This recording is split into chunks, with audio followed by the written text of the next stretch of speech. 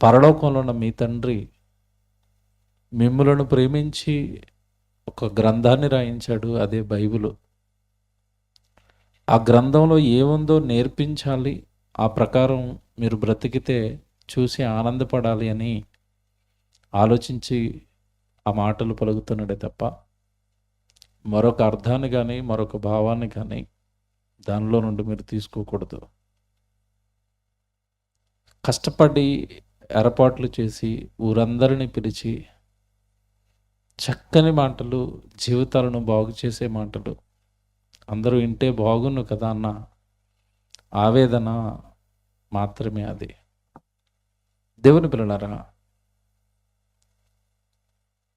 ఆ ఆవేదనలో అర్థం ఉంది. ఖచ్చితంగా ఈరోజు రాని వారంతా కూడా చాలా గొప్ప సంగతులు మిస్ అయిపోయారు అని విన్న మీరే రాని వారికి చెప్తారు. ఈరోజు మనం ఒక మంచి సంగతి బైబిల్లో ఆలోచిస్తున్నాం.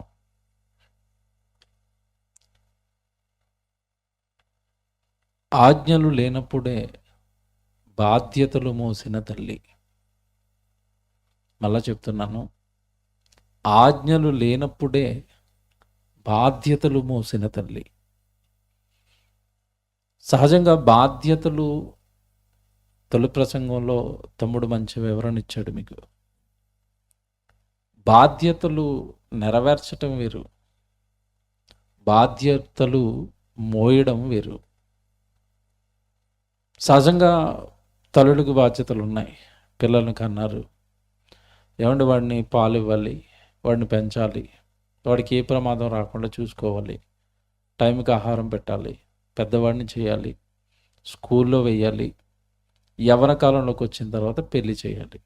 ఇటు తల్లైనా ఇటు తండ్రి అయినా ఇవే ఆలోచిస్తారు.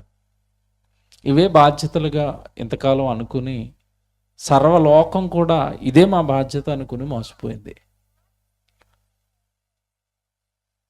ఇటు తల్లికి కానీ ఇటు తండ్రికి కానీ, లేదా భార్య లేదా భర్త, పిల్లలు అందరికీ కూడా దేవుడు బైబిల్లో కొన్ని బాధ్యతలు ఇచ్చాడు, మర్చిపోకూడదు. తల్లిగా నీకు కొన్ని బాధ్యతలు ఉన్నాయి, దేవుడిచ్చిన సుమా. లోకానికి అవి తెలియదు. ఈ మనుషులు, నీ చుట్టూ ఉన్న మనుషులకి ఆ బాధ్యతలు తెలియదు, దేవుడిచ్చిన బాధ్యతలు తెలియదు. తండ్రికి దేవుడు కొన్ని బాధ్యతలు ఇచ్చాడు, అవి ఈరోజు తండ్రులకి తెలియదు.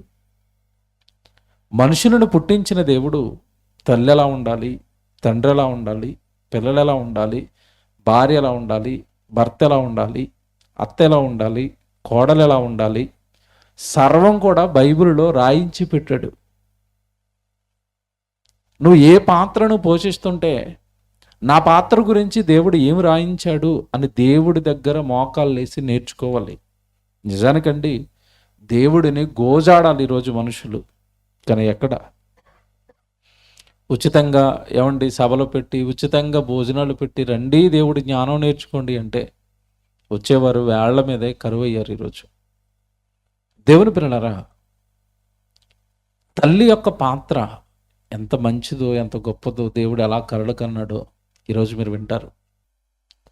ఈరోజు నేను పరిచయం చేయబోయే తల్లి అండి, ఆజ్ఞలు లేనప్పుడే పిల్లల పట్ల తన బాధ్యతలు ఎత్తుకోవటం కాదు, క్లిష్టమైన పరిస్థితుల్లో, శ్రమల కాలంలో కూడా ఆ బాధ్యతలు నెరవేర్చడానికి అనువైన వాతావరణం కానీ పరిస్థితులు కానీ లేని కాలంలో కూడా ఆ తల్లి ఆ బాధ్యతలు మోసింది. నిజానికి అప్పటికి పిల్లల్ని మీరు ఇలా పెంచాలి అని దేవుడు ఆజ్ఞలేమి ఆ కాలానికి ఇంకా ఇవ్వలేదు. అప్పటికి ఇంకా ఆజ్ఞలు రాలేదు. ఇప్పుడు మనకు ఆజ్ఞలు ఉన్నాయి లేదా?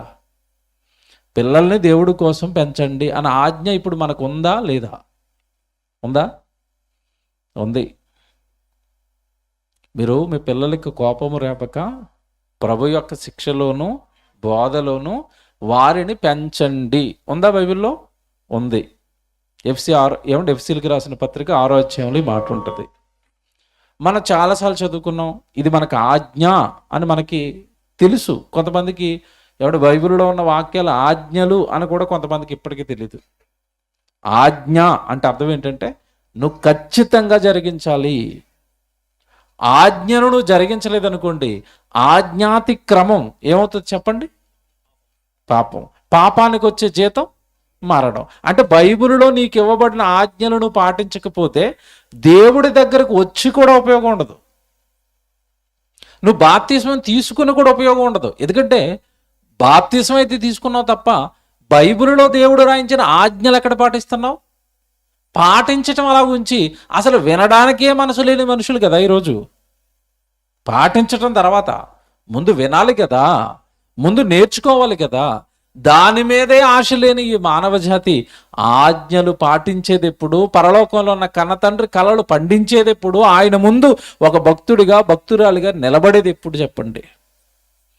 దేవుడి ఆలోచనలకు దేవుడి ఉద్దేశాలకు ఈరోజు మానవ జాతి ఆమడ దూరంలో నిలబడిపోయిందండి.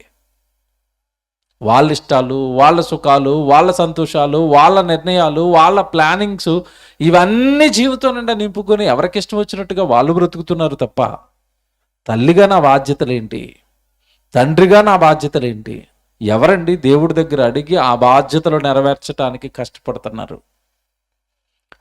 సహజంగా తల్లి తండ్రి బాధ్యతలు ఏంటంటే మీ పిల్లలని ఖచ్చితంగా దేవుడి కోసం పెంచాలి. కారణం దేవుడు ఏది చెప్పినా చాలా బాగా చెప్తాడు. కారణం ఏంటంటే నీ గర్భాన పుట్టిన పిల్లలు నీ పిల్లలు కాదు. వాళ్ళు ఎవరి పిల్లలు? దేవుని పిల్లలు. మీరు నాకు కనిన కుమారులను కుమార్తెలను అంటాడు ఎహెజ్కేలు గ్రంథం 16:20 చదివినప్పుడు. మీరు నాకు కంటున్నారు, కుమారుని కానీ కుమార్తెను కానీ మీరు నాకు కంటున్నారు. అలా నాకు కన్న నా పిల్లలను ఈ లోకానికి వధించడానికి కుదరదు. వాళ్ళు నా జ్ఞానంలో పెరగాలి, నా భయభక్తుల్లో పెరగాలి. ఆ బాధ్యత నీకే ఇస్తున్నాను అన్నాడు తల్లికి తండ్రికి. అంటే భూమి మీద ఉన్న మనుషులంతా కూడా దేవుని పిల్లలు, సాక్షాత్తు దైవ స్వరూపాలు. దేవునిలో నుంచి విడిపోయిన భాగం నీ చేతిలో ఆడుకుంటున్న నీ కుమారుడా నీ కుమార్తె దేవునిలో నుంచి విడిపోయిన ఒక భాగం నీ చేతుల్లో ఆడుకుంటుంది, మర్చిపోకు. సాక్షాత్తు పరలోకంలో ఉన్న కన్నతండ్రి కొడుకు నీ చేతుల్లో ఉన్నాడు, మర్చిపోకు. సాక్షాత్తు పరలోకంలో ఉన్న కన్నతండ్రి కూతురు నీ ఇంట్లో ఉంది, నీ ఒడిలో ఉంది, మర్చిపోతున్నావేమో. నీ పిల్లలు అనుకుని భ్రమపడ్డావేమో ఇంతకాలం. కాదు, పరలోకంలో ఉన్న కన్న తండ్రి పిల్లలు, నిన్ను నమ్మి దేవుడు నీ చేతుల్లో పెట్టిన పిల్లలు. సహజంగానండి మనుషులు బైబిల్ మాటలు చదివారు కానీ పెద్దగా పట్టించుకోలేదండి. నేను చాలా తీవ్రంగా మనుషుల్ని దేవుడిని ఇలా బేరీ చేసి ఆలోచిస్తూ ఉంటానండి. మనిషి పక్కనున్న మనిషికైనా భయపడతాడేమో తప్ప పరలోకంలో ఉన్న దేవుడికి భయపడతాడండి? భయపడరు.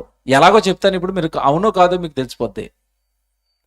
ఇప్పుడు మీ చేతుల్లో ఉన్న పిల్లలు నా పిల్లలు అన్నాడు. ఎప్పుడైనా మీ పిల్లలు చూసుకున్నప్పుడు అమ్మో దేవుడు పిల్లలండి, నేను సరిగా పెంచుతున్నానో లేదో అన్న భయం ఎవరికైనా ఉంటుందా? ఉండదు. మీకు ఇది అర్థం అవుతుంది. ఇది పక్కనట్టండి. మీ ఇంటి పక్కన ఎవరో ఇంకో కుటుంబం ఉంది, వాళ్ళకి 2 పిల్లలు ఉన్నారు. అర్జెంటుగా ఎక్కడికో పని మీదకి వెళ్ళాల్సి వచ్చింది. భర్త లేడు, భార్య లేదా తల్లి 2 పిల్లల్ని పెట్టుకుని ఉంది. ఆవిడికి అర్జెంటుగా ఏదో పని పడింది, బయటికి వెళ్ళాలి. అప్పుడు ఏం చేస్తుంది చెప్పండి? ఆ 2 పిల్లల్ని పక్కకి తీసుకొస్తుంది. పక్కింటి వాళ్ళకి, అక్క కొంచెం మా 2 పిల్లల్ని 1 గంట సేపు చూడరా, నేను వచ్చేస్తాను, కొంచెం అర్జెంట్ పని పడింది అని. ఏమండి, ఆవిడ ఏదో పని మీద వాళ్ళ పిల్లల్ని మీ ఇంట్లో విడిచిపెట్టి వెళుతుంది. బాగా వినండి. ఆవిడ పనికి వెళ్ళిపోయింది. ఏమండి, ఈయన పనికి వెళ్ళిపోయాడు. సాయంత్రానికి వస్తానక్క, కొంచెం జాగ్రత్తగా పిల్లలిద్దరిని చూసుకో అని చెప్పింది. అప్పుడు మీ మనసు ఎలాగ ఉంటుంది? మీరు ఆ పిల్లల్ని ఎలా చూస్తారు నాకు చెప్పాలి. ఎలా చూస్తారు? మీ పిల్లల కంటే కాస్త ఎక్కువ జాగ్రత్త, ఎక్కువ భద్రత తీసుకుని చూస్తారు. అవునా కదా? మనవడు పడిపోయినా పర్వాలేదు, ఆడు పడిపోకూడదు. ఎందుకు? ఏంటక్క నీకు అప్పగిస్తే ఇలా చేసావు, కనీసం పిల్లోడు పడిపోతుంటే చూడలేవా, వాడికి అంత పెద్ద గాయం చేసేసావా అని తల్లి ఎక్కడ ఏమైనా ఒక మాట అంటదేమోనని వీళ్ళ పిల్లలైనా బయటికి పంపిస్తుందేమో తప్ప ఆ పక్కన అప్పగించిన పిల్లలు మాత్రం ఇంట్లోంచి బయటకు అడిగెట్టినవద్దు. రే మీరు ఎలా కుదరదు, ఇంట్లోనే కూర్చోండి, మీకు ఏదైనా దెబ్బ తగిలిందంటే మీ అమ్మని అనుదిరుతుంది. చూసారా? అంటే ఈ పిల్లలు నా పిల్లలు కాదు, పక్కింటోళ్ళు పిల్లలని చాలా భద్రంగా చూసుకున్నావే. ఇప్పుడు నేను అడుగుతున్నాను, మీ ఇంట్లో నీ గర్భాన పుట్టిన పిల్లలు నీ పిల్లలా, పక్కింటోళ్ళ పిల్లలా, ఎవరి పిల్లలు చెప్పాళ్ళు? ఎవరి పిల్లలు? దేవుని పిల్లలు కదా. ఇప్పుడు దేవుడు ఏమంటాడో భయం ఉందా? నేను అందుకే చెప్పాను, పక్కింటోడికైనా భయపడతాడేమో తప్ప ఈరోజు మనిషి దేవుడికి అసలు భయం వదిలేసాడండి. దేవుడు అనగానే ఆటలు అట్టుకోండి అనుకుంటున్నారు. మనకి ఇష్టం వచ్చినప్పుడు వెళ్తాను, కష్టం వచ్చినప్పుడు వెళ్తాను, ఏదన్నా నా కోరిక కలిగితే అడుగుతాను, ఎవరైనా ఇష్టం లేకపోతే నా ఇష్టానుసారం బ్రతుకుతానని ఎవరండి ఆయన అనుకుంటున్నారు. చాలా తప్పు చేస్తుందండి మానవ జాతి. పక్కింటి పిల్లల మీద అంత భద్రత జాగ్రత్త తీసుకున్న నువ్వు, నీ ఒడిలో ఆడుకుంటున్న నీ పిల్లలు సాక్షాత్తు పరలోకంలో ఉన్న కన్నతండ్రి పిల్లలే. వాడు నా భయం లేకపోతే, నేను వాడిని భయభక్తుల్లో పెంచకపోతే, పొరపాటున వాడు లోకంలోకి వెళ్ళేదని ఒక పాపిష్టి పని చేస్తే, నా చేతుల్లో పెట్టిన నా పరలోకపు తండ్రి ఆయన కుమారుణ్ణి, ఆయన కుమార్తెను నాకు అప్పగించాడు కదా. వాడిని పాడు చేస్తే దేవుడు నన్ను శిక్షిస్తాడేమో, దేవుడు నన్ను లెక్కడుగుతాడేమో అన్న భయం ఈరోజు తల్లికి కానీ తండ్రికి కానీ అస్సలు లేదండి. ఇంకా చెప్పనా, స్కూల్లో మాస్టర్ కూడా భయపడతారు తల్లిదండ్రులు. ఎలాగా? ఆడికి హోంవర్క్ ఇచ్చి ఇంటికి పంపించిన తర్వాత అండి, సిటీలో అయితే వాడు ఇంటికి రానివాడు అసలు మొహం కూడా కడుక్కొనివ్వరండి, వాడికి ఏం పెట్టరండి. ఒరే మాస్టర్ ఏం హోంవర్క్ ఇచ్చారు? హోంవర్క్ ఇప్పుడు పిల్లలతో పాటు తల్లిదండ్రులు కూడా కూర్చొని చేయాల్సిన పరిస్థితి. ఎందుకంటే ఆడికి రావు అవన్నీ. పక్కన కూర్చున్న నాన్న కూడా రాస్తున్నాడు ఆడితో పాటు. ఎందుకు రాస్తున్నాడు అంటే, రేపు ఈయన ఎక్కడైనా మాస్టర్ కొట్టేస్తాడేమో. చూసారా? మాస్టర్ కంటే భయం, పక్కింటి వాళ్ళకి భయం, దేవుడు అంటే భయం. బా, ఏమి సమాజం అండి, ఏమి లోకం అండి. పైకి భక్తులే, మళ్ళీ ఆదివారం అవగానే చేతిలో బైబిల్ ఉంటుంది, గుళ్ళో భక్తులు ఉంటారు, భయం ఉండదు.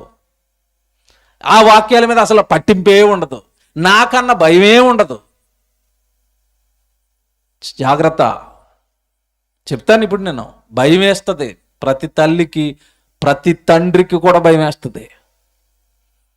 పిల్లల్ని దేవుడి కోసం పెంచమని సమస్త అనుకూల పరిస్థితులు మీకు ఇచ్చాడు. ఈరోజు అనుకూలంగా ఉన్నారు మీరు. ఒకప్పుడు నేను ఈరోజు మీకు పరిచయం చేయబోయే తల్లికండి బిడ్డను పెంచుకోవడానికి సరైన పరిస్థితులు లేవండి. వాళ్ళ కుటుంబమే రోడ్డున ఉందండి, అయినా భయపడలేదు. అమ్మో, అప్పటికి పోనీ దేవుడి కోసం మీరు ఖచ్చితంగా బిడ్డలను పెంచాలి అన్న ఆజ్ఞా దేవుడి దగ్గర నుంచి లేదు. అయినా సరేనండి, మహాతల్లి కష్టాలన్నిటినీ కడుపును మింగుకుని, కన్నీళ్లను కడుపులో మింగుకుని, బిడ్డను మాత్రం లోకంలో పడిపోకుండా ఒక దైవజనుడిగా నిలబెట్టి చూపించింది. తల్లి అంటే ఆవిడ, భక్తి అంటే వాళ్ళది, భయం అంటే వాళ్ళది. ఈరోజు మనకేముంది? వాళ్ళలాగే మనం భక్తులు అంటున్నాం ఈరోజు, కానీ మనకెక్కడిది భయం?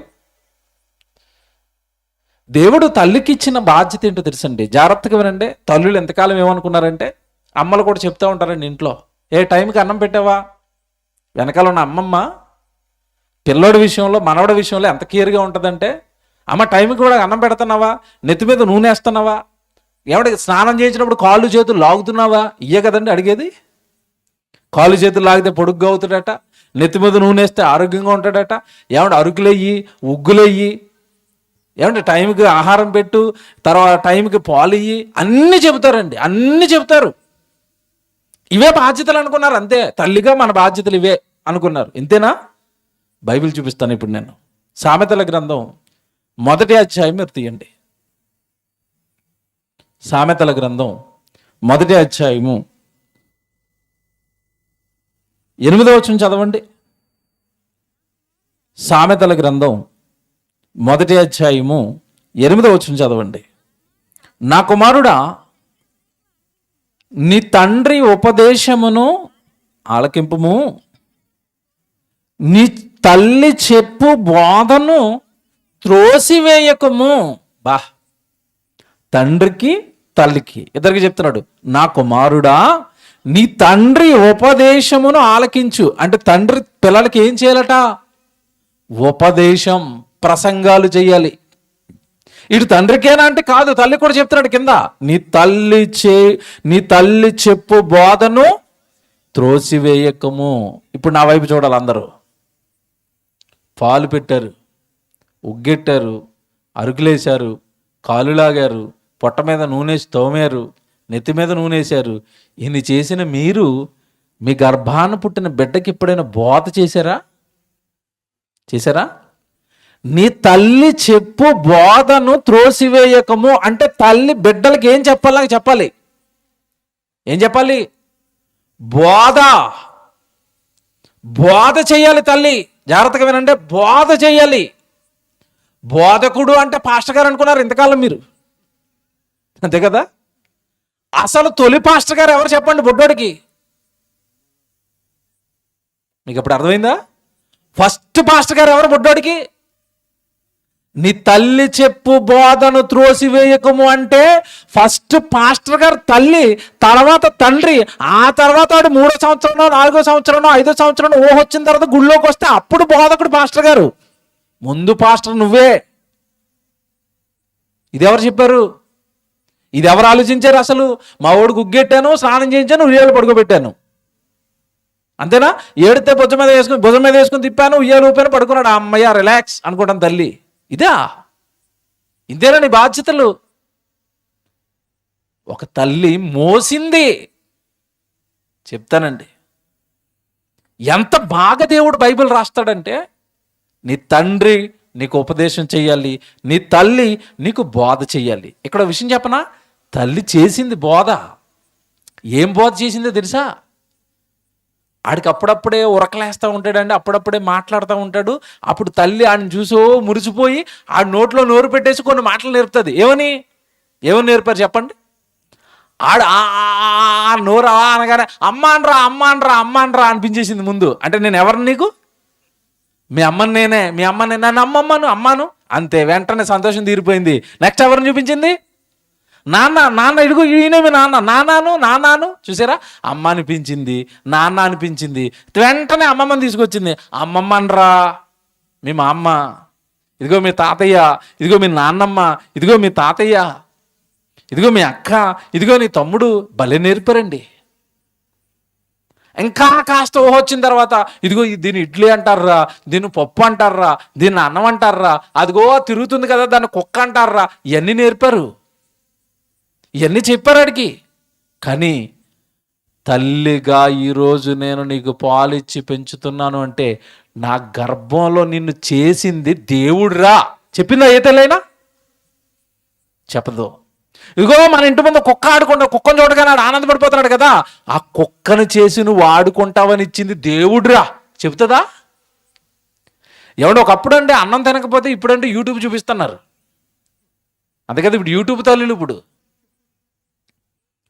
ఆడు అన్న ఫోన్ ఆన్ చేయటం, ఆడు ముందు పెట్టడం, ఆడంతే ఫోన్కి అడిక్ట్ అయిపోయాడు. ఇప్పటి నుంచే ఇంతప్పటి నుంచే ఫోన్లో ఆడు ప్రజలను పట్టించుకోవట్లేదు. ఆడు ఇప్పటి నుంచే. ఒకప్పుడు అలా కాదండి. తల్లులు ఏం చేసేవారు తెలుసండి? వాడిని చంకన వేసుకొచ్చి బడికి తీసుకొచ్చి, అదిగో పైన ఎవరు? చందమామ, అదిగో చుక్కలు. ఎంత మంచి తల్లులు అండి ఒకప్పుడు. అదిగో చందమామ, అదిగో చుక్కలు, అదిగో చందమామ, అదిగో చుక్కలు అని అన్నం పెట్టేవారు ఆడికి.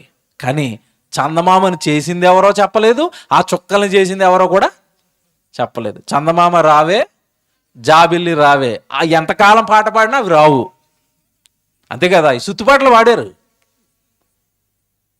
పాటలు పాడారు, ప్రకృతిని చూపించారు ఒకప్పుడు తల్లులు. కానీ ఆ ప్రకృతి చేసి ప్రకృతి ఒడిలో నిన్ను పెట్టింది తండ్రిరా. దేవుడున్నాడు నాయన, నిన్ను నన్ను కన్నది ఆయనరా, నువ్వు ఆయన కొడుకురా, నా చేతిలో పెట్టాడు నాయన. ఒరే నువ్వు జాగ్రత్తగా ఆయన కోసం పెరగరా, ఆయన గురించి చెప్పరా.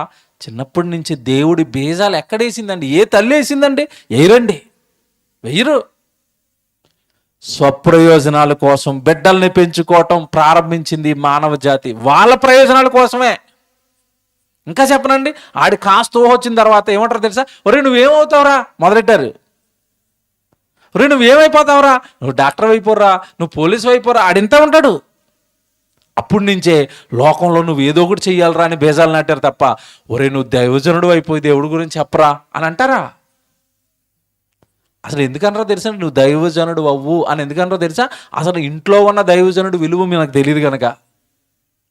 దైవజనుడు అంటే ఏంటో నీకు అర్థమైతే నీ కొడుకుని దైవజనుని చెయ్యాలనుకుంటావు, నీ కూతుర్ని దైవజనురాలను చెయ్యాలనుకుంటావు, దేవుడి సేవకు ఉపయోగపడే పిల్లలుగా పెంచాలనుకుంటావు. అసలు మనకే అర్థం అవ్వలేదు కదా దైవజనుడు అంటే ఎంత గొప్పవాడో అర్థం అవ్వలేదు కదా.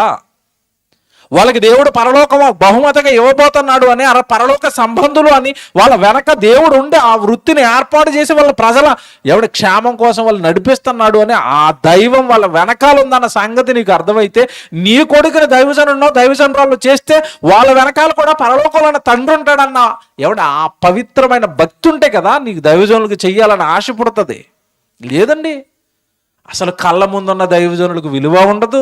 ఏమంటే వాళ్ళు చేస్తున్న సేవను బట్టి ఏమండి భయము ఉండదు. అమ్మో వాళ్ళ దేవుడు వాళ్ళ వెనకాల ఉండబట్టండి అలా చక్కగా దేవుడి గురించి మాట్లాడగలుగుతున్నారన్న భయం ఈరోజు ఎంతమందిలో ఉంది. తల్లికి బోధ చేయి, జాగ్రత్తగా వినండి, తల్లి నువ్వు బోధ చేయాలి నా గురించి. వాడికి అప్పుడప్పుడే ఉగ్గులేసుకుంటూ మాట్లాడుతున్నప్పటి నుంచే దేవుడు దేవుడు అబ్రహాము, ఆదికాండము, ఆదాము, ఏమండి ఇలాంటి సంగతులు, దావీదు, దేవుడు, దేవదూతలు ఇలాంటి కదా నేర్పాలి. నువ్వు ఎక్కడ నేర్పవు? నేర్పలేదు.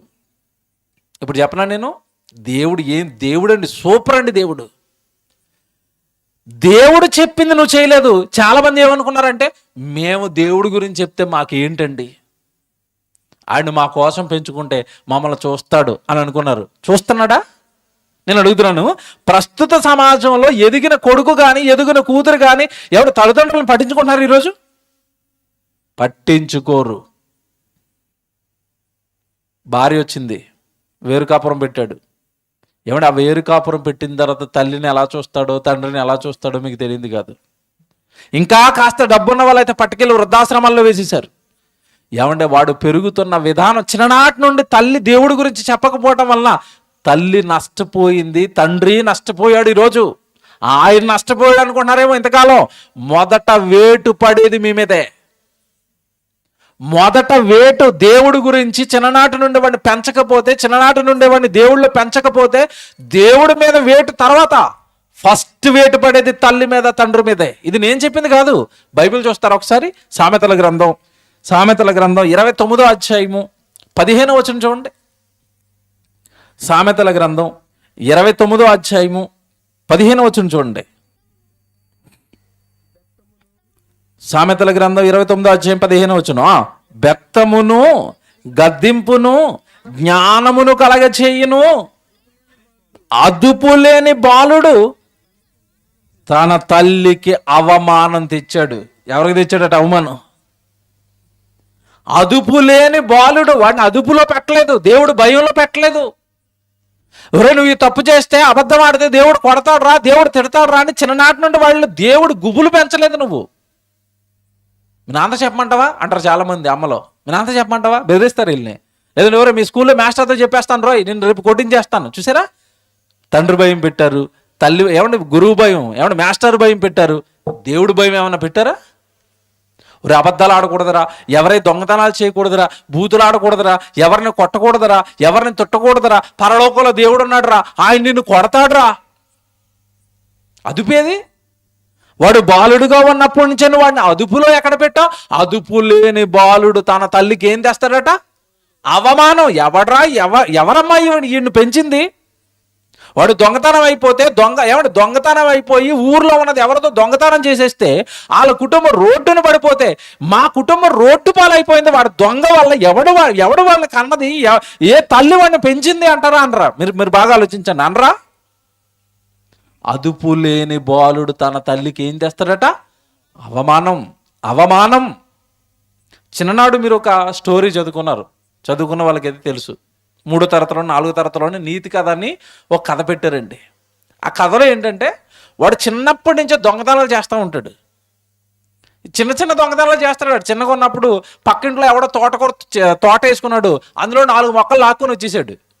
అమ్మ తోటకూర మొక్కలు తెచ్చానమ్మా అంటే, అరే భలే తెచ్చావురా, ఫ్రై చేసుకుందామని ఫ్రై చేసి ఆడికి పెట్టింది. మళ్ళీ ఏం తెచ్చాడు? ఫస్ట్ రోజు ఆడు తోటకూర మొక్కలు తెచ్చాడు. ఆ తర్వాత నెమ్మదిగా ఏమంటే కాయగూరలు దొంగతనం చేయడం ప్రారంభించాడు. ఆ తర్వాత పళ్ళు దొంగతనం చేయడం ప్రారంభించాడు. ఈ చిన్న దొంగతనం తల్లి ఏమంటలేదు, అన్ని తెస్తుంటే చక్కగా తింటుంది, వండి పెడుతుంది.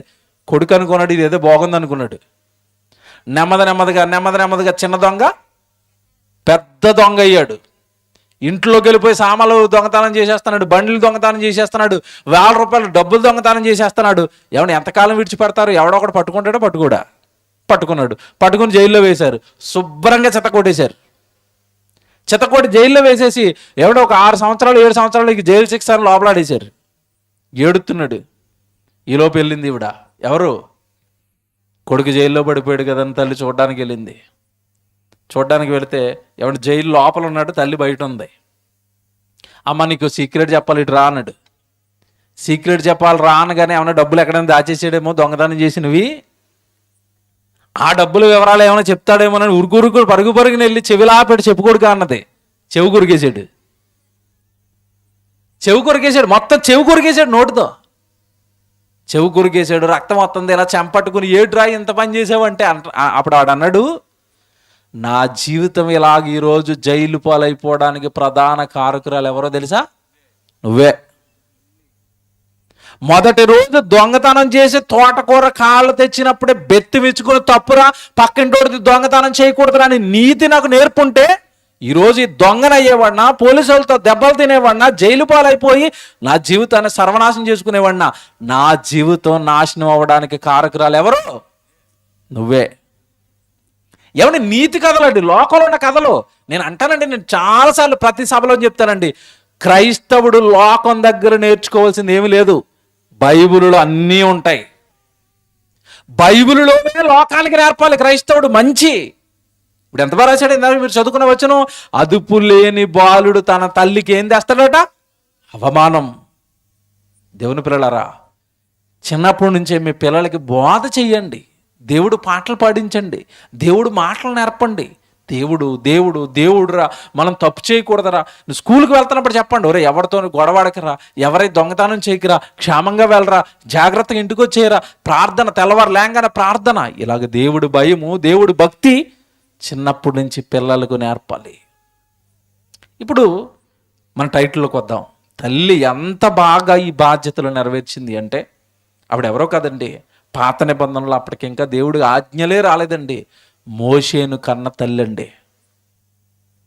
తల్లిదండ్రుల పేరు అమ్రాము, యొకేబేదు అని మోషే గారి తల్లిదండ్రులు వీళ్ళిద్దరు. జాగ్రత్తగా వినండి. మోషేను కన్న తర్వాత ఇశ్రాయేలుకి ఆజ్ఞలు వచ్చాయి. అప్పటి వరకు ఉన్న పాత నిబంధన కాలాన్నంతా దేవుడు ఏమన్నాడు తెలుసా? అజ్ఞాన కాలం అన్నాడు, పూర్వకాలం అన్నాడు. ఆ కాలాన్ని దేవుడు చూసి చూడనట్టుగా ఊరుకున్నాడు. ఆజ్ఞలు ఎప్పుడు వచ్చాయి? మోషే పెద్దవాడైన తర్వాత మోషే ద్వారా వచ్చే ఆజ్ఞలు. అంతకు పూర్వం అసలు ఆజ్ఞలే లేవండి. భక్తిగా బ్రతికేవాడు అని నీతిమంతుడు అనేవాడు. ఆ నీతిమంతుడు దేవుడు ఉండేవాడు. ఆజ్ఞలు మోషే నుండి ప్రారంభమయ్యాయి.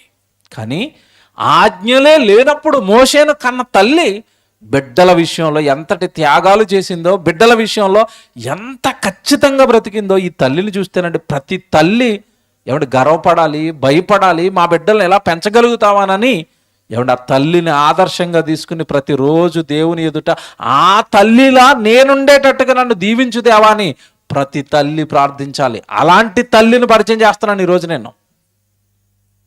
లేవి వంశంలో పుట్టిందండి ఈవిడ. లేవి గర్భాన పుట్టింది.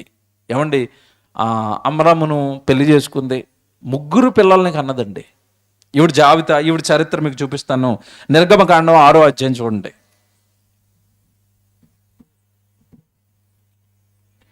నిర్గమకాండం 6వ అధ్యాయము, అందరు జాగ్రత్తగా రాసుకోండి. 20వ వచనం చూద్దాం. నిర్గమకాండం 6వ అధ్యాయము 20వ వచనం. అమ్రాము తన మేనత్తయ్య అయిన యొకేబేదును పెండ్లి చేసుకునెను. ఆమె అతనికి అహరోనును మోషేను కనెను. అమ్రాము 130 ఏండ్లు బ్రతికెను. ఏమండి, ఇక్కడ మీకు వాళ్ళ తల్లిదండ్రుల పేర్లు తెలియడానికి ఇక్కడ తీసుకుని వచ్చాను. ఎవరటి వీళ్ళు? అమ్రాము తన మేనత్త అయిన యొకేబేదును పెండ్లి చేసుకునెను. ఆమె అతనికి అహరోనును మోషేను కనెను. ఎంతమంది పిల్లలు ఇప్పుడు చెప్పాలి నాకు? ఇద్దరు మగపిల్లలేనా? మగపిల్లలే. మొదట పుట్టింది అహరోను, తర్వాత పుట్టింది మోషే. అంటే వీళ్ళిద్దరిలో పెద్దవాడు ఎవరు ఇప్పుడు? అహరోను పెద్దవాడు, మోషే చిన్నవాడు, తమ్ముడు. మర్చిపోకూడదు. వీళ్ళిద్దరిని కన్నది. వీళ్ళిద్దరితో పాటు మరో కుమార్తెను కూడా కన్నది. చూపిస్తాను అవ్వచ్చును కూడా. మరో మాట చూడండి, సంఖ్యాకాండం 26వ అధ్యాయము 59వ వచనం చూడండి. సంఖ్యాకాండం 26వ అధ్యాయము 59 సంఖ్యాకాండం 26 చదువుతున్నారు. కహాతు అబ్రాహామును కనెను, అమ్రామును కనెను. అమ్రాము భార్య పేరు యోకేబేదు, ఆమె లేవి కుమార్తె. ఐగుప్తులో ఆమె లేవికి పుట్టెను. ఎక్కడ పుట్టిందట? ఈవిడ పుట్టింది ఎక్కడ? ఐగుప్తులో పుట్టింది. మర్చిపోకూడదు, ఇవన్నీ మళ్ళీ అడుగుతాను నేను. ఐగుప్తులో పుట్టింది. ఐగుప్తు అనేసరికి వీళ్ళ స్వదేశమా, బానిసత్వంతో ఉండిపోయిన దేశమా? బానిసత్వంలో పుట్టింది, మర్చిపోకూడదు. బానిస ఏమంటే వాళ్ళ తల్లిదండ్రులు అందరూ బానిసత్వంలో ఉన్నప్పుడు పుట్టింది ఇవిడ. రైట్, చూద్దాం. ఏమంటే ఐగుప్తులో ఆమె లేవికి పుట్టెను. ఆమె అమ్రాము వలన అహరోనును, మొదట అహరోను, నెక్స్ట్ మోషేను, వీరి సహోదరియగు మిర్యామును కనెను. అంటే మొత్తం మీద ఎంతమంది పిల్లలు ఇప్పుడు? 3. ఓకేనా? 2 పురుషులు, 2 మగపిల్లలు, 1 ఆడపిల్ల. అహరోను, మోషే, మిర్యాము. Very good. 3 కన్నదండి. జాగ్రత్తగా వినండి. ఈ 3 ఈవిడ ఎక్కడ కన్నది అంటే ఐగుప్తు దేశంలో కన్నది. మర్చిపోకూడదు, ఐగుప్తులో కన్నది. Very good. ఐగుప్తు అనగానే సుమారు 430 సంవత్సరాలు వాళ్ళు దేవుడిని విడిచిపెట్టి బానిసత్వంలో మగ్గారు. మీకు తెలియదు కాదు. ఆ బానిసత్వంలో ఈ 430 సంవత్సరాలు కూడా వాళ్ళు దేవుడిని విడిచి బ్రతికారు. భయంకరమైన పాపిష్టి కార్యక్రమాలు, నేరాలు. అసలు ఆ రోజు ఆ జనాంగాన్ని చూసి దేవుడు చాలా చిరాకు పడిపోయాడు, అసహ్యపడ్డాడు. అంత దారుణంగా వీళ్ళ బ్రతుకులు ఉన్న కాలంలో వాళ్ళ మధ్యలో పుట్టిందండి ఈ మహాతల్లి అనాలి. నిజంగా వాళ్ళ మధ్యలో పుట్టింది. అంటే వాళ్ళకి ఆ రోజు వాక్యం లేదు, సేవకులు లేడు, గుడి లేదు, పాస్టర్ గారు లేరు, బైబిల్ లేదు, అసలు ఏమీ లేదు. వాళ్ళు పరాయి దేశంలో ఉన్నారు. ఆ పరాయి దేశస్తులంతా విగ్రహారాధికులు. ఆ విగ్రహారాధికులతో పాటు వాళ్ళ భయంకరమైన నేరాలు. పురుషుడితో పోతున్నాడు, స్త్రీతో పోతుంది, తల్లి లేదు, తండ్రి లేడు. ఎవరితో పడితే వాళ్ళతో పోతున్న భయంకరమైన సంస్కృతి కలిగిన వాళ్ళ మధ్యలో పుట్టింది ఈ మహాతల్లి. వివాహం చేసుకుంది, 3 పిల్లల్ని కన్నది. ఇకపోతే ఈ కన్న పిల్లల గురించి కాస్త వివరణ మీకు ఇవ్వాలి. 3 కన్నది, కానీ వాళ్ళిద్దరిని కనటంలో అహరోనును తర్వాత మిర్యామును కనటంలో ఎలాంటి ఇబ్బంది లేదు. కానీ మోషేను కన్న టైం కండి ఆ దేశంలో ఒక భయంకరమైన చట్టం ఏర్పడింది. మీకు తెలియదు కాదు, బైబిల్ చదివితే నేను చెప్పేవి ఈజీగా అర్థమవుతుంది. ఏం చట్టం తయారైంది?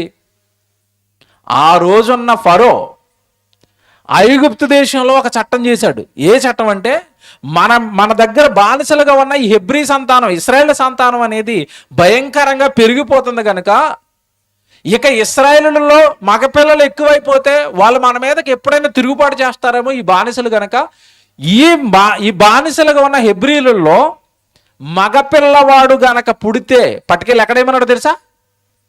నదిలో పారవేసేయండి. హెబ్రీల్లో ఇశ్రాయేల్లో మగబిడ్డ అనేవాడు బ్రతకడానికి కుదరదు అని ఒక చట్టం చేశాడు. అప్పటికి వీళ్ళిద్దరిని కన్నది. వాళ్ళ ఇంట్లో 2 ఉన్నారు. ఎవరున్నారు? అహరోను ఉన్నాడు, మిర్యాము ఉంది. మోషే అప్పటికి పుడుతున్నాడు. మిర్యాము అక్క, మీకు తెలియదు కాదు కదా. అంటే వీళ్ళిద్దరికంటే పెద్దది, అంటే మోషే కంటే పెద్దది. అహరోనును కన్న తర్వాత, మిర్యామును కన్న తర్వాత చివరుడు ఎవరు పుడుతున్నారు తెలుసా? మోషే పుడుతున్నాడు. మోషే పుడుతున్న కాలానికి ఆవిడున్న దేశంలో ఒక చట్టం ఉంది. ఏంటి ఆ చట్టం అంటే, హెబ్రీలలో ఎవరికైనా మగపిల్లల్ని గనక కంటే ఈ మంత్రసాలతో చెప్పాడు ఆల్రెడీ ఫరో, తీసుకెళ్లి వాళ్ళని చంపేయండి అని. వాళ్ళు దేవుడికి భయపడ్డారు. ఈవిడి కన్న బిడ్డను వదిలేశారు. మీరు జాగ్రత్తగా వినాలి. తల్లి ఎలాంటి పరిస్థితుల్లో ఉందో. అందుకే టైటిల్ ఏమని పెట్టామో తెలుసా? టైటిల్ ఏంటి చెప్పండి? టైటిల్ జ్ఞాపకం చేసుకోవాలి. ఇప్పుడు మీకు అర్థమవుతుంది ఎందుకు పెట్టాము అది. ఆజ్ఞలు లేనప్పుడే బాధ్యతలు మోసిన తల్లి. అప్పటికి ఆజ్ఞలే లేవు. ఖచ్చితంగా మీ పిల్లల్ని దేవుడి కోసం పెంచాలని ఆజ్ఞలేవు లేవు ఆవిడ కాలానికి. కానీ బాధ్యతను నెరవేర్చటం కాదు, బాధ్యతలను కష్టకాలంలో భుజాల మీద వేసుకుంది. ఎలాగో తెలుసండి, మోషేను కన్న తర్వాత ఫరోకి తెలిస్తే మోషేను ఈ కుటుంబాన్ని సర్వనాశనం చేస్తాడు. ఇది తెలుసు కూడా మోషేను ఏం చేసింది? దాచిపెట్టింది. 3 నెలలు దాచింది. 3 నెలలు దాయిగానే మోషే కేరింతలు కొడుతున్నాడు. బయట సైనికులకు తెలిసింది అనుకోండి, వాళ్ళు వస్తారు. వచ్చి జాగ్రత్తగా వినండి, పుట్టిన వెంటనే ఇచ్చేస్తే కుటుంబాన్ని ఏం చేయరు. కానీ 3 నెలలు దాచింది గనుక దాచిపెట్టిన నేరానికి తల్లిని చంపుతారు, తండ్రిని చంపుతారు, అందుకు ముందు కన్న ఇద్దరు పిల్లల్ని కూడా చంపేస్తారు. ఇది రాజాజ్ఞను ధిక్కరించింది కదా, 3 నెలలు దాచింది కదా. అయినానండి ఎక్కడో మహాతల్లి రాజ ఆజ్ఞకేమి భయపడలేదు. మోషేని చూసుకుంది. మేము భక్తిగా దేవుడు యందు బ్రతుకుతున్నాం కదా, దేవుడు మాకేదో మార్గం చూపిస్తాడు అనుకుని నమ్మింది మహాతల్లి. మోషేను నదిలో పడేయకుండా ఏం చేసిందో తెలుసా? ఒక పెట్టి చేసింది. ఆ పెట్టిలో వీడిని పడుకోబెట్టింది, కీలు పూసింది, నైలు నదిలో విడిచిపెట్టేసిందండి. ఐగుప్తు నైలు నది అని మీరు కొట్టండి, ఇప్పటికీ కూడా ఐగుప్తు నైలు నది అనేసరికి అండి అది భయంకరమైన మొసళ్ళుండే నది. చిన్నగా ఉన్న మోషేను పట్టుకెళ్ళి పెట్టిలో పెట్టి ఆ నదిలో వదిలేస్తే మొసళ్ళు నా కొడుకుని తినేస్తాయేమో భయపడలేదండి. ఇటు రాజుకు భయపడటం లేదు, ఇటు నదిలో ఉన్న మొసళ్ళకి కూడా భయపడటం లేదు. ఏంటంటే నిజంగా ఆవిడలో మీకు ఏం కనపడుతుంది చెప్పండి? దేవుడంటే భయం, దేవుడు కాపాడుతాడన్న విశ్వాసం, మేము భక్తిగా ఉన్నాం కనుక మా కుటుంబంతో దేవుడు ఉంటాడన్న నమ్మకం నిజంగా ఎంత బాగుందండి. ఆవిడలో తీసుకెళ్ళింది, నదిలో విడిచిపెట్టింది. తర్వాత జరిగింది అంతా మీకు తెలుసు. ఆ పెట్టి అలా కొట్టుకుంటే ఎవరి దగ్గరికి వెళ్ళింది? ఫరో కుమార్తె స్నానానికి వస్తే ఆ స్నానం చేస్తున్న దూరంగా అక్కడ ఆగింది. ఈలోపు ఆ పెట్టిన అందులో మోషేను పడుకోబెట్టిన తర్వాత ఏం జరుగుతుందో తెలియడానికి వెనకాల ఎవరిని పంపించింది తల్లి? మిరియామని పంపించింది. అమ్మ తమ్ముడు చూడు ఏమవుతున్నాడు చూడమ్మా, పెట్టి అలా కొట్టుకుని వెళ్తుంది కదా, ఆ పెట్టి ఏమైపోతుందో చూడని అక్కన పంపించింది మిరియామని. అక్క చూసుకుంటా వెళ్తుంది. ఈలో పెట్టి ఎవరి దగ్గరికి వెళ్ళింది? ఫరో కుమార్తె దగ్గరికి. ఏ రాజు అయితే ఆజ్ఞిచ్చాడో అందరినీ చంపమని ఆ కుమార్తె దగ్గరికే ఈ పెట్టి వెళ్ళింది. చూడగానండి మోసే సుందరుడు, అందంగా ఉన్నాడు. పులకరించిపోయింది. ఎంత అందమైన బిడ్డను హెబ్రీలు వదిలేశారు, ఆ పోలేండి నా దగ్గరికి వచ్చాడని వాడిని ఎత్తుకుని ముద్దాడుకుంది. ఈలోపు పరుగున ఆవిడ వచ్చేసింది. ఎవరు? అక్క. తమ్ముడు ఎక్కడికి వెళ్ళి చేరాడు ఇప్పుడు? తమ్ముడు సేఫ్ ప్లేస్కి వెళ్ళిపోయాడని ఆనందపడిపోయింది. పరుగున వచ్చింది.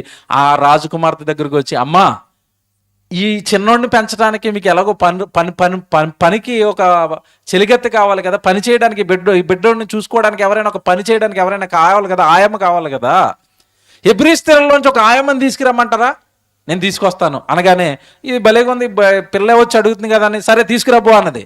ఇంటికి తీసుకెళ్ళి ఎవరిని తీసుకొచ్చింది తెలుసా? మళ్ళీ మోసే తల్లే వచ్చింది. ఎంత బాగుంది చూసారా? అంటే దేవుడిని నమ్మితే, దేవుడి పైన నువ్వు ఆధారపడితే నీకేదో మార్గం చూపిస్తాడు. మనం నమ్మక కదా వచ్చిన ప్రాబ్లం, మనం నమ్మం కదా. రాజు చంపేస్తాడని భయపడలేదు, మొసలు తినేస్తాయని భయపడలేదు. దేవుడు ఏదో మార్గం చూపిస్తాడని నమ్మింది మహాతల్లి. చూపించాడు. ఏ బిడ్డనైతే నదిలో పడేసిందో ఆ బిడ్డే మళ్ళా ఊళ్ళోకి వచ్చాడు. ఇప్పుడు అధికారపూర్వకంగా వచ్చాడు. ఈ బిడ్డని తల్లి నుంచి ఎవడ దూరం చేయలేడు. ఎందుకంటే ఆజ్ఞ ఎవరిది అక్కడ? రాజకుమార్తె ఆజ్ఞ వేసింది అనేసరికి సైనికుడు పరిగెడతాడు. ఇక కొడుకు మళ్ళా చేతుల్లోకి వచ్చేసాడు. అమ్మయ్య దేవుడికి స్తోత్రం అనుకున్నది. నిజంగా పెంచిందండి తల్లి. ఇక్కడ వరకు మీకు తెలుసు. ఇక్కడ ఆవిడ చేసింది ఒకటి రాత్రి నేను చెప్పాలి. ఎలా పెంచిందో తెలుసండి మోషేని చిన్నప్పటి నుంచే. ఏంటి మనకి పరిస్థితులు? ఒక పక్క ఐగుప్తీలు, ఒక పక్క హెబ్రీలు అయిన మనము వాళ్ళ ఆజ్ఞలు వేయటం ఏంటి, మన పిల్లలు చచ్చిపోవటం ఏంటి? అసలు ఏంటిదేవా ఈ మా బానిస బ్రతుకులు? ఎలాగా మమ్మల్ని విడిపిస్తావని ఆవిడ ఒక పక్క దేవుడికి ప్రార్థిస్తూనే చిన్ననాటు నుండి ఉగ్గుపాలతో మోషేకి ఏమి రంగరించి నేర్పిందో తెలుసా? నాయనా ఇదిగో ఈ హెబ్రీలంతా కూడా మన జనం. ఐగుప్తులో ఉన్న ఈ ఫరో వలన మనం చాలా ఇబ్బందులు పెడుతున్నాం. మన జనాంగం వీళ్ళు అని ఆ శ్రమలు పడుతున్న జనాంగం అంతా కూడా కష్టాలలో ఉన్నారు. పరలోకంలో ఉన్న కన్న తండ్రిని నమ్మిన జనాంగం మనం ఎప్పటికైనా దేవుడు మనల్ని విడిపిస్తాడు నాయనని ఒక పక్క జనం పడుతున్న కష్టాలు, మరో పక్క పరలోకంలో ఉన్న కన్న తండ్రి భయము, 2 కుమారుడిలో పెట్టి పెంచిందండి. మీరు అలా చెప్తారంటారా? ఒక మాట చూపిస్తాను. నిర్గమకాండం చూడండి, అందరూ ఎంత బాగుంటుందో. నిర్గమకాండానికి 2వ అధ్యాయానికి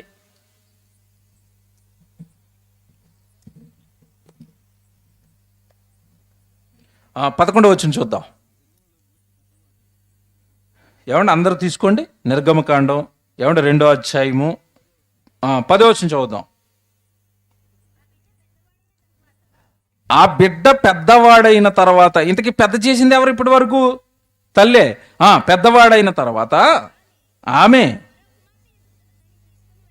ఫరో కుమార్తె యొద్దకు ఆమెను తీసుకుని వచ్చెను. అతడు ఆమెకు కుమారుడాయను. ఆమె నీటిలో నుండి ఇతనిని తీసితివని చెప్పి అతనికి మోషే అని పేరు పెట్టింది. Very good. తర్వాత ఆ దినములలో మోషే పెద్దవాడై, ఏమండి మీ పదం ఆలోచించండి. ఆ దినములలో మోషే పెద్దవాడై, తర్వాత ఏముంది అక్కడ? తన జనులు. ఎవరు తన జనులు? ఇశ్రాయేలు తన జనులను మోషేకి ఎలా తెలుసు నాకు చెప్పాలి. బాగా ఆలోచించి చెప్పండి. ఈ హెబ్రీలే తన జనులు, పరజనులు. హెబ్రీలు వీళ్ళంతా మన జనాంగం. అదిగో ఐగుప్తీలంతా కూడా దేవుని నమ్మని పరాయి జనాంగం. ఎలా తెలిసింది మోషేకి? తల్లి నేర్పింది. ఇదిగో నాయనా, మనమంతా హెబ్రీలము, పరలోకంలో ఉన్న కన్నతండ్రి పిల్లలము, అబ్రహాము సంతానము, ఇస్సాకు సంతానము, యాకోబు సంతానం. మనం పరలోకంలో ఉన్న కన్నతండ్రి మన పితరులందరినీ నడిపించాడు. మన వెనక దేవుడు ఉన్నాడు. మన పితరులంతా ఆయన మర్చిపోవటం వల్ల ఈ బానిసత్వంలోకి వచ్చారు. ఇదిగో ఈ బానిసలుగా ఐగుప్తులంతా మగ్గిపోతున్నారు. వాళ్ళు మన జనం, తన జనం. ఏమి నేర్పిందండి? ఇప్పుడు మిమ్మల్ని తల్లులను అడుగుతున్నాను, ఎప్పుడైనా లోకంలో ఈ పాపంలో మగ్గిపోతున్న వాళ్ళందరి గురించి మీ కొడుకుని కూర్చోబెట్టి, ఒరే పక్కింటి ఆంటీ పరలోకంలో ఉన్న కన్నతండ్రికి కుమార్తెరా పాపం చేస్తుందిరా, ఆవిడికి దేవుడి వాక్యం చెప్పరా, నువ్వు ఎప్పుడైనా నేర్పుతావా? ఇది నేర్పరు. ఏమంటారు తెలుసా? ఒరే పక్కింటి ఆంటీ మంచిది కదరా, అస్సలు ఆవిడ దగ్గరికి వెళ్ళకో. అంతేనా? మన ఇంటి వెనకాలోడు అస్సలు మంచోడు కదరా, నీకు ఇష్టం వచ్చినప్పుడల్లా బూతులు తిడతా ఉండు. ఈ నేర్పుతుంది ఈరోజు. చిచ్చి. అసలు ఈరోజు కొంతమంది తల్లిదండ్రులను చూస్తే అసహ్యం వేస్తుందండి. నేను నిజంగా చెప్తున్నానండి. కొంతమంది తల్లిదండ్రులు ఉంటారండి, అసలు వాళ్ళు ఎవరితోనూ కలవరు, వాళ్ళ పిల్లలు కూడా ఎవరితోనూ కలవరండి. ఇదేంటో నాకు అర్థం అవ్వలేదు. పోనీ తల్లిదండ్రులు అంటే ఏమంటే పక్కింటోడికి నీకు గొడవలు ఉన్నాయి, నువ్వు కలవట్లేదు. పిల్లలకి ఏమైంది? పిల్లలు కూడా కలవటం లేదంటే పిల్లల్లో కూడా ఏమి ఇంజెక్ట్ చేశారు చెప్పండి వీళ్ళు? ఒరే అదిగో ఎదురుగా ఉన్నారు కదా వీళ్ళు ఆంటీ వాళ్ళు, వాళ్ళకి మనకి గొడవలు, మీరు వాళ్ళ పిల్లలతో ఆడుకోకండి, వాళ్ళ ఇంటికి వెళ్ళకండి అంటే ఈ జాడ్యం, ఈ రోగం వీళ్ళతో పాటు ఎవరు ఖండించారు? పిల్లలు ఖండించారు. ఏమండి ఇక్కడ ఉన్న యొకేబేది ఏమన్నా అలాగే నేర్పిందా కొడుక్కి? మన జనాంగం రా, కష్టాలు పడుతున్నారా, కన్నీళ్లు పడుతున్నారా, వాళ్ళని కొంచెం ఆదరించుకోడుక, వాళ్ళ గురించి దేవుడికి ప్రార్థించుకోడుక, వీళ్ళు మన జనాంగం రా, మన వాళ్ళు రా. ఈరోజు నువ్వేమైనా నేర్పుతున్నావు నీ పిల్లలకి అలాగా? ఒరే మన ఊరు వాళ్ళందరికీ వాక్యం చెప్పాలరా, మన ఊళ్ళో అందరినీ దేవుళ్ళలోకి నడిపించాలరా, మన ఊర్లో ఉన్న వాళ్ళందరూ మనవాళ్ళు రా. ఇది నేర్పరండి. ఈ రోజండి చిన్ననాటి నుండి విషయం నింపుతున్నారు, కులాలు నింపుతున్నారు, ఏమంటే వర్గాలు నింపుతారు, భేదాలు నింపుతారు. ఆడు మంచోడు కాదంటున్నారు, వీడు కొయ్యడేమండి. వీళ్ళు కలవకపోగా వీళ్ళ పిల్లల్ని కూడా ఎవరితోనూ కలవనివ్వటం లేదండి. తప్పు చేస్తున్నారు మీరు. మోషే తల్లి అలా లేదు. మోషేకి అంతా మనవాళ్ళేరా, కష్టాలు పడుతున్నారా అని నేర్పింది. ఈరోజు నీ కొడుకు నువ్వేం నేర్పాలో తెలుసా?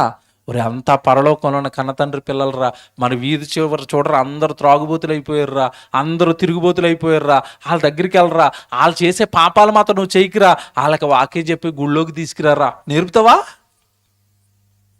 తల్లి అంటే ఈవిడ. 11 చదవండి, ఎంత బాగుంటుందో. 11 మళ్ళీ చదవండి.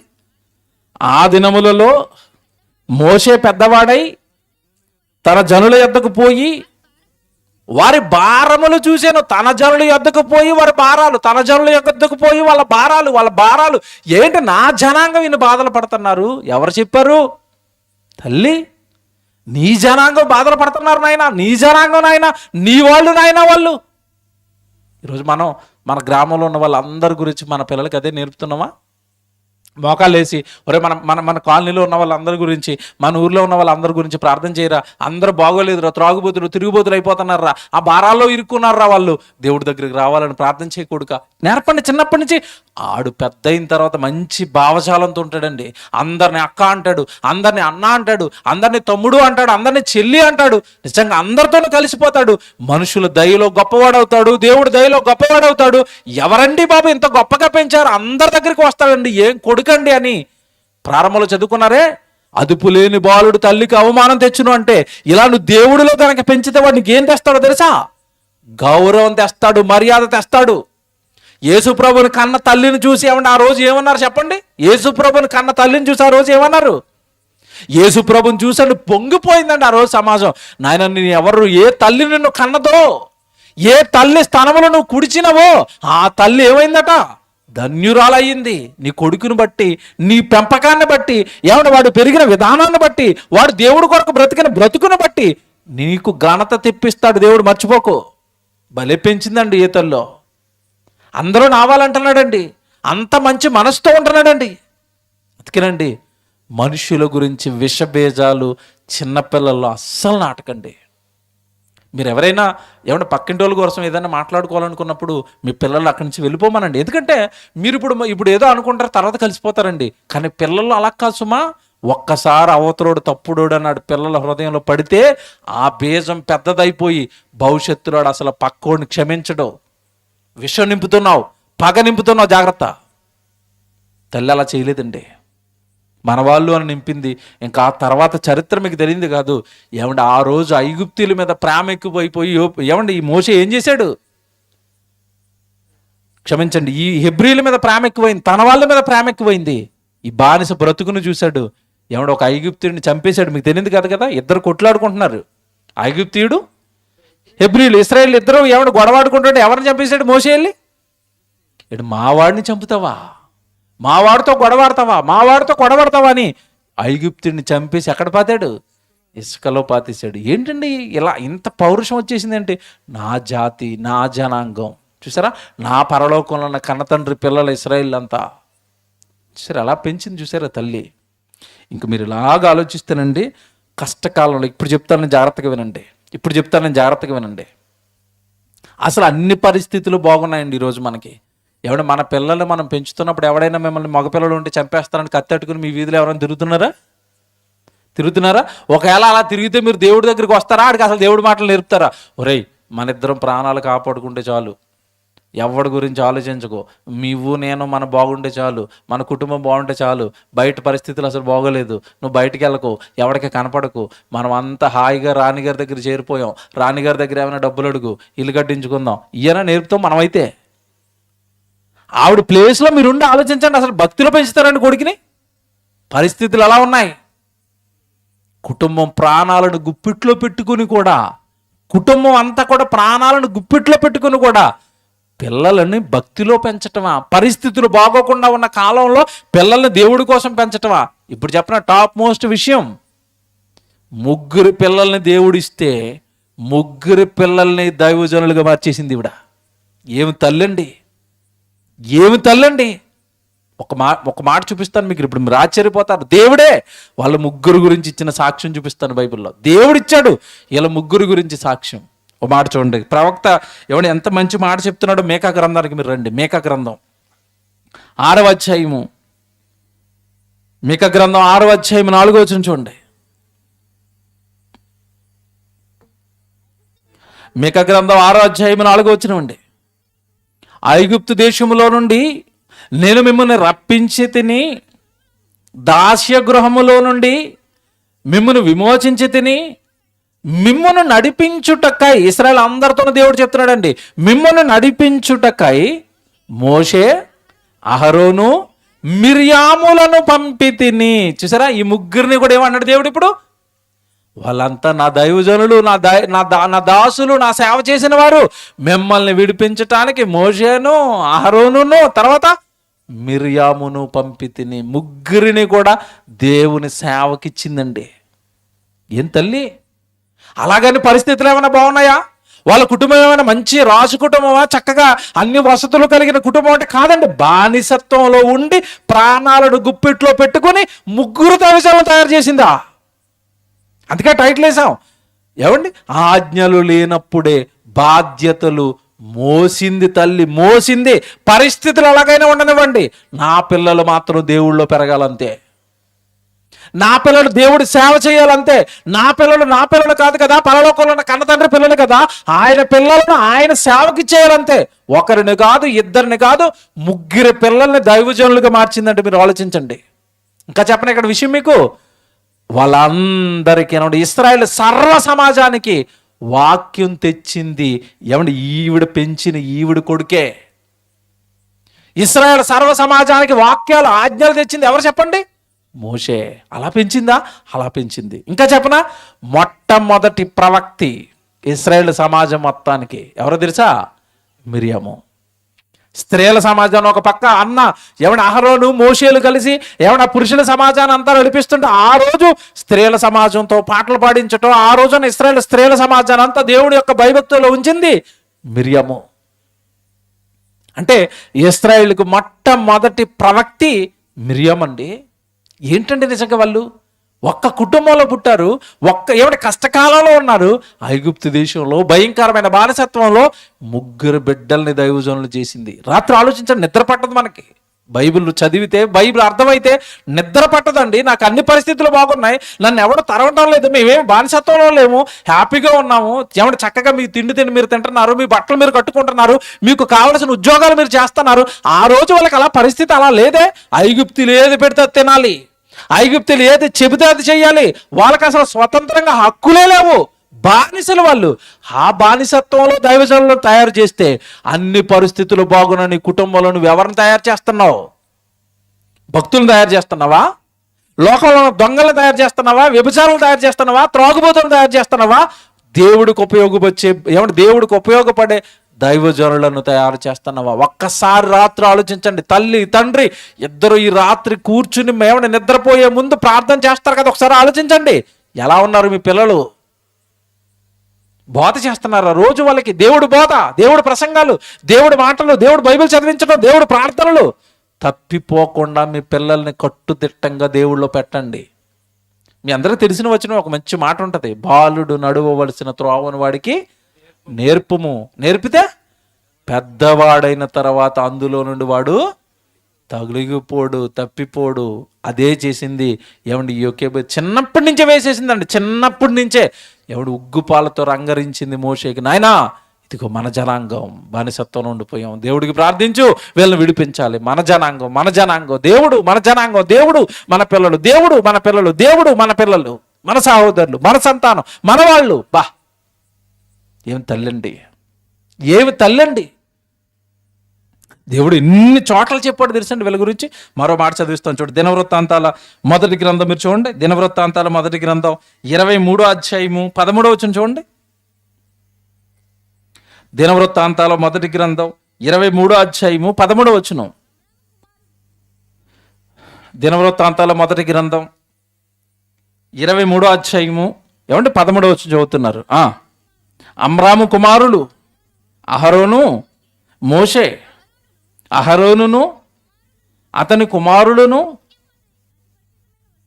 చూసారా, అమ్రాము కుమారుడు అహరోను మోషే, అహరోనును అతని కుమారులను నిత్యము అతి పరిశుద్ధమైన వస్తువులను ప్రతిష్ఠించుటకును, యెహోవా సన్నిధిని ధూపం వేయుటకును, ఆయన సేవ జరిగించుటకును, ఆయన నామమును బట్టి జనులను దీవించుటకును ప్రత్యేకింపబడిరి. ఎవరు?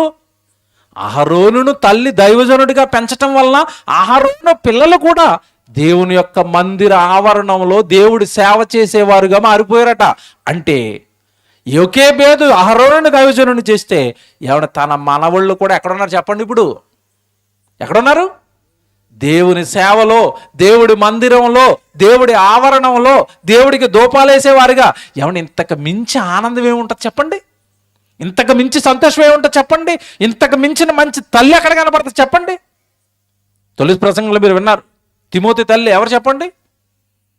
యునేకే అని చదువుకుంటారు కదా, తిమోతి తల్లి గురించి మాట్లాడుకుంటున్నారు కదా, తిమోతి తల్లి గురించి మాట్లాడుకుంటున్నారు కదా. ఆ తిమోతి తల్లిలోనికి ఆ విశ్వాసం ఎక్కడి నుంచి వచ్చిందో తెలుసా? ఆ తల్లికి తల్లి ఉంది, అవ్వ. తిమోతికి అవ్వ. ఆవిడలో నుంచి తిమోతి తల్లిలోకి వస్తే, తిమోతి తల్లిలో నుంచి ఎవరిలోకి వచ్చింది? తిమోతిలోకి. ఇక్కడ మీరు బాగా ఆలోచించండి. అమ్రాము యోకేబేదు దేవుణ్ణి దైవజనుడిగా అహరోనుని నిలబెడితే అహరోను పిల్లలంతా కూడా మందిరంలో సేవకులుగా మారిపోయారట. పరలోకంలో ఉన్న కన్నతండ్రి ఇష్టాన్ని నెరవేర్చే సంతానం వంశంగా అహరోను వంశం మారిపోయింది. నేను కొడుకుని నిలబెట్టు, నువ్వు కూతురు నిలబెట్టు, భయభక్తుల్లో పెంచు, దైవజనుడిగా మార్చు. నీ తర్వాత తరం నువ్వు వేసిన ఈ బేసాలు రాబోయే కొన్ని వందల వేల మందిని రక్షణలో ఉంచుతాయి. మర్చిపోకు, నువ్వు ఒక్కడిని నిలబెడతానన్నావేమో, నీ కొడుకుని కానీ నీ కూతుర్ని కానీ, నీ వంశము నిలబడుతుంది. నీ వంశంలో ఉన్న వాళ్ళందరూ సేవ చేయటం వలన కొన్ని వందల వేల ఆత్మలు రక్షించబడతాయి. మర్చిపోకు, నువ్వు పడిన కష్టం దేవుడు మర్చిపోడు. నువ్వు ఆ రోజు నీ ఒక్కగానొక్క కొడుకుని, ఏమండి తిమోతిని పెంచినందుకంటే తిమోతి ఎంతమందిని రక్షించి ఎంతమందిని దేవుడికి ఇచ్చి వెళ్ళిపోయాడండి. ఓ మోషేని పెంచినందుకు, ఒక అహరోనుని పెంచినందుకు, ఒక మిర్యాముని పెంచినందుకు కొన్ని లక్షల మందిని కదండి వాళ్ళు దేవుళ్ళో నడిపించారు ఆ రోజు వాళ్ళు. దేవుని పిల్లలారా, అందుకే కదండి దేవుడు అన్ని చోట్ల రాయిస్తున్నాడు వాళ్ళ గురించి. ఎంత బాగా రాయిస్తున్నాడు చూడండి. తర్వాత వచ్చిన చూస్తారా, ఇప్పుడు మోషే గురించి మాట్లాడతాడు 14వ వచనంలో. దైవజనుడగు మోషే సంతతి వారు లేవి గోత్రపు వారిలో ఎంచబడిరి, మోషే కుమారులు. చూసేదండి వాళ్ళు సేవలోకి వెళ్ళిపోయారట. ఒక పక్క అహరోను సేవ, ఒక పక్క మోషే సేవ, ఒక పక్క మిర్యాము సేవ, ఆ తర్వాత వాళ్ళ పిల్లలు సేవ. ఏంటండి ఇలా అంతటికి మూలం బీజం ఎక్కడ పడిందో తెలుసా? కష్టకాలంలో తల్లి బిడ్డలను నిలబెట్టింది కనుక వాళ్ళ వంశాన్ని అంతా కాపాడాడు తండ్రి. నేను ఒకటే అడుగుతున్నానండి, మన పరిస్థితులు బాగున్నాయి కదండి ఈరోజు. మనకేమైనా ఆ తల్లికి ఉన్న కష్టాలు మీ కుటుంబంలో ఏమైనా ఉన్నాయా? లేవు కదా. అలాంటప్పుడు మన పిల్లల్ని ఎంత బాగా పెంచుకోవాలి, దేవుళ్ళో ఎంత గొప్పగా పెంచుకోవాలి, ఎంత బాగా పెంచుకోవాలి. ఇంకా చెప్పనండి, తల్లి అంటే బిడ్డ బాగు కోరటమే కాదు, తర్వాత జరిగింది మీకు తెలియదు కాదు. నువ్వు నిలబడు దేవుని సేవకు అనగానే మోషే వెళ్ళిపోయాడు, ఫరో ముందు నిలబడ్డ తర్వాత అండి ఏమంటే ఆ రోజు ఆయనకు వచ్చిన కష్టాలు, కన్నీళ్ళు, వేదనలు అన్నీ కాదు. ఒక పక్క పెంచిన తల్లి ఆఫర్ చేసింది, ఐగుప్తు సింహాసనం, ఐగుప్తు దానం. ఒప్పుకున్నాడా మోషే? ఒప్పుకోలేదు. ఐగుప్తు దానాన్ని గురించి ఆయన మాట్లాడుతూ అంటాడు, అల్పకాలము పాపభోగము అనుభవించుట కంటే నా ప్రజలతో నేనేమనుభవిస్తానన్నాడు? శ్రమ. అంటే తల్లి ఏమి నేర్పింది? నాయనా, నీ ప్రజలను రక్షించడానికి నీ జీవితాన్ని పణంగా పెట్టి వాళ్ళ కోసం శ్రమపడు. నేను మిమ్మల్ని అడుగుతున్నాను ఇక్కడ, ఏమంటే ఈ స్టేజ్ పని చేస్తారు, సౌండ్లు ఎడుతున్నారు, ఇక్కడ కష్టపడి మీ పిల్లలు పని చేస్తున్నప్పుడు ఎప్పుడైనా మీ పిల్లలతో చెప్తున్నారా, నాయన మన వీధిలో సభ జరుగుతుంది కదరా, అన్నయ్యోళ్ళు ఒక్కలే కొంతమందే పని చేసుకుంటున్నారు కదరా, నువ్వు కూడా వెళ్ళు వాళ్ళతో పని చేయి అని మీ పిల్లలు ఏమైనా పంపిస్తారా? కొన్ని చోట్ల దౌర్భాగ్యం ఏంటంటే పంపించడం కాదు, గ్రౌండ్లోకి వచ్చి దేవుడు పని చేస్తుంటే పిల్లల్ని వచ్చి తల్లిని తీసుకుని వెళ్ళిపోతున్నారు. ఎంత మంచి తల్లిలో చూడండి వీళ్ళు, ఎంత మంచి మాతృమూర్తిలో చూడండి దేవుడికి. నువ్వు దేవుడు ప్రజల కోసం శ్రమపడు కొడుక, శ్రమల్లోకి వెళ్ళిపో అని కళ్ళ ముందు కనిపించిన కొడుకును దేవుని ప్రజల కోసం శ్రమపడే కొడుకుగా ఇచ్చేసింది. వెళ్ళు, నువ్వు వాళ్ళ పిల్లల్ని తీసుకుని వెళ్ళిపో, శ్రమపడు, వాళ్ళందరిని రక్షించు, తీసుకుని వెళ్ళిపో. ఏ తల్లండి ఇలా పెంచుతుంది? ఏ తల్లండి ఇలాగ ఈరోజు లోకంలో కనపడుతుంది? దేవుడు ప్రజల కోసం శ్రమపడు కొడుక నేర్పుతున్నారా? దేవుడు పని చేయ కొడుక, దేవుడి కోసం కష్టపడు కొడుక, ఈ నేర్పరు, ఇవేమి చెప్పరు. లోకం గురించి తల్లులు నేర్పుతున్నంత బాగా ఎవడు దేవుడి గురించి ఎవరు నేర్పిస్తున్నారు? ఈ రాత్రి ప్రశ్నించుకోండి. ఈ రాత్రి ఎవరికి వాళ్ళు ప్రశ్న వేసుకోండి, అసలు మనం ఎక్కడున్నాం దేవుళ్ళో. తల్లి బోధ చెయ్యాలి, తల్లి ఉపదేశం చెయ్యాలి, తల్లి నా కోసం పెంచాలి అని ఎవడు మీకు ఒక బాధ్యతలు పెట్టాడు కదా, మోయాలి కదా. అవి మీరు మోయవలసిన పనులేం లేదు. ఈరోజు మీకు ఇచ్చిన బాధ్యతను చక్కగా నెరవేర్చుకునే వెసులుబాటున్న జీవితాలు కదా. ఆవిడ మోసింది, ఆ టైటిల్ ఎందుకు మోసింది అని పెట్టామంటే ఏమంటే ఆవిడ ఆ కష్టకాలంలో కూడా అది భారం అనుకోకుండా పిల్లల ముగ్గురిని పెంచింది దైవజనులుగా. మిరియం గురించి ఏమన్నా ఒక మాట ఉంటుంది, మరి భలే ఆశ్చర్యపోతామండి. మిరియం గురించి రాయబడిన మాట చూపిస్తాను, నిర్గమకాండం ముగించేస్తాను. ఇక 15వ అధ్యాయము 20వ వచనం చూడండి. ఏమండి నిర్గమకాండం 15వ అధ్యాయము 20వ వచనం. మరియు అహరోను సహోదరియు ప్రవక్తినగు మిరియాము తంబూరము చేత పట్టుకుని స్త్రీలందరూ తంబూరలతోనూ నాట్యముతోనూ ఆమె వెంబడి వెళ్ళగా. చూసారా, ఏమంటే కుమార్తె ప్రవక్తిగా మారిపోయిందట, వాయిద్యాలు వాయిస్తుందట, మనం అందరం దేవుని స్తుతిద్దాం పదండి అని జనం అందరినీ కూడా దేవుడి దగ్గరికి తీసుకుని వెళ్తుందట. నేను మిమ్మల్ని అడుగుతున్నప్పుడు మీ కూతురు ఎలా ఉంది? మీ కుమార్తె ఎలాగుంది? తంబూరా సితారా పట్టుకుని పాటలు పాడుకుంటూ ఊర్లో ఉన్న ప్రజలందరినీ గుడికి తీసుకొస్తుందా? మీరు పెంచిన పెంపకం మీ కుమార్తె అలాగే ఉందా? యోకేబేదు కుమార్తె అలాగుంది, యోకేబేదు కొడుకులు అలాగున్నారు. మీ కొడుకులు ఎలా ఉన్నారు? మీ కూతుర్లు ఎలా ఉన్నారు? జాగ్రత్తగా పెంచుకోండి. పెంపకం అంటే చెప్పాను కదండి, ఎంతకాలం అన్నం పెట్టాము, బట్టలు ఇచ్చాము, చదువు చెప్పించాము, ఉద్యోగం చేసాము, పెళ్లి చేసాము. ఈ కాదు బాధ్యతలు.